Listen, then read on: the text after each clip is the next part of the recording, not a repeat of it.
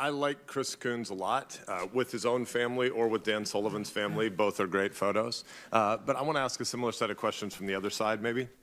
I think the conceptual line between mere tech company, mere tools, and an actual content company, I think it's really hard. I think you guys have a hard challenge. I think regulation over time will have a hard challenge. And you're a private company, so you can make policies that may be less than First Amendment full spirit embracing, in my view. But I worry about that. I worry about a world where when you go from violent groups to hate speech in a hurry, in one of your responses to one of the opening questions, you may decide, or Facebook may decide, it needs to police a whole bunch of speech that I think America might be better off not having policed by one company that has a really big and powerful platform. Can you define hate speech? Senator, I think that this is a really hard question, and I think it's one of the reasons why we struggle with it. There are certain definitions that we have around, calling for violence or. Let's just agree on that. If somebody's calling for violence, that shouldn't be there. I'm worried about the psychological categories around speech. You used language of safety and protection earlier. We see this happening on college campuses all across the country. It's dangerous. 40% of Americans under age 35 tell pollsters they think the First Amendment is dangerous because you might use your freedom to say something that hurts somebody else's feelings. Guess what? There are some really passionately held views about the abortion issue on this panel today. Can you imagine a world where you might decide that pro-lifers are prohibited from speaking about their abortion views on your content, on your platform? I certainly would not want that to be the case. But it might really be unsettling to people who've had an abortion to have an open debate about that, wouldn't it? It might be, but I don't think that would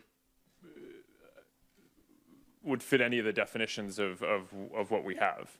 But I do generally agree with the point that you're making, which is as we're able to technologically shift towards especially having AI proactively look at content, I think that that's going to create massive questions for society about what obligations we want to require companies to fulfill. And I do think that that's a question that we need to struggle with as a country, because I know other countries are, and they're putting laws in place. And I think that America needs to figure out and create the set of principles that we want American companies to operate under. Thanks. I wouldn't want you to leave here today and think there's sort of a unified view in the Congress that you should be moving toward policing more and more and more speech. I think violence has no place on your platform. Sex traffickers and human traffickers have no place on your platform. But vigorous debates, adults need to engage in vigorous debates. I have only a little less than 2 minutes left, so I want to shift gears a little bit. But that was about adults. You're a dad.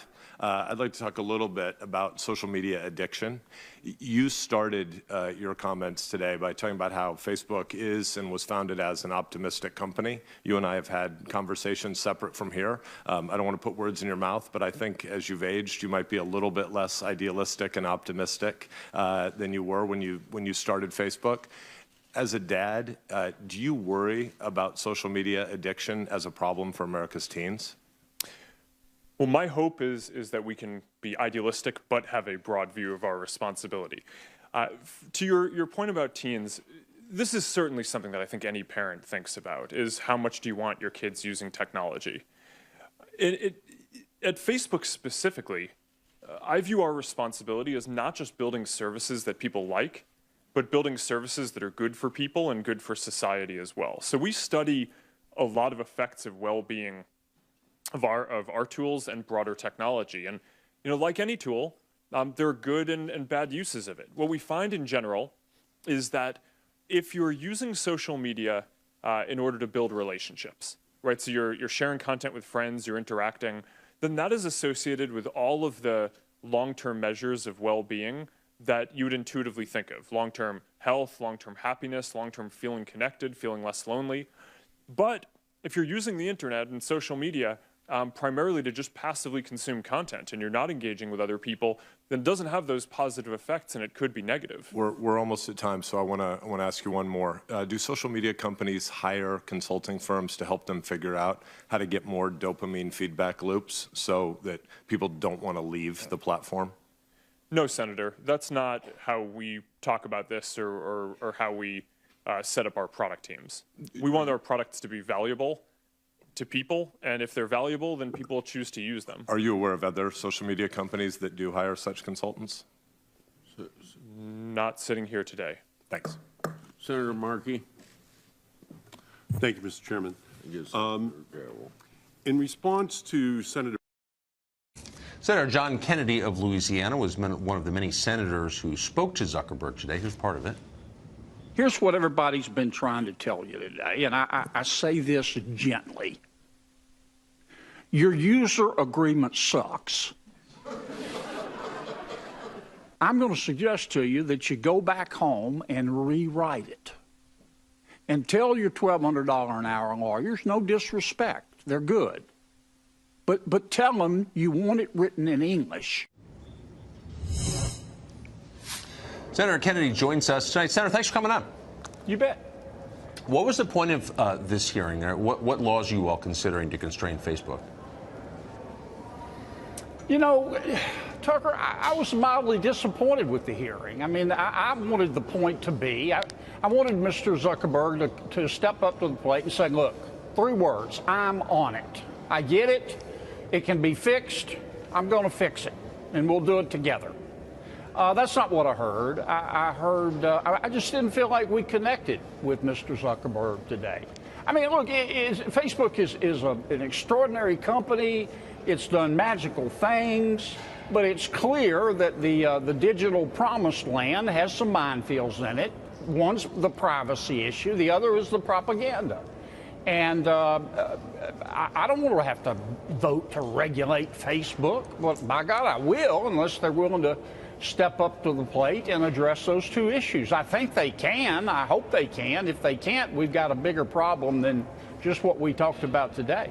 So here you've got the biggest provider of news in the United States with far more power than William Randolph Hearst ever had, with a long and proven track record of censorship in this country and other countries, with the power to change election results.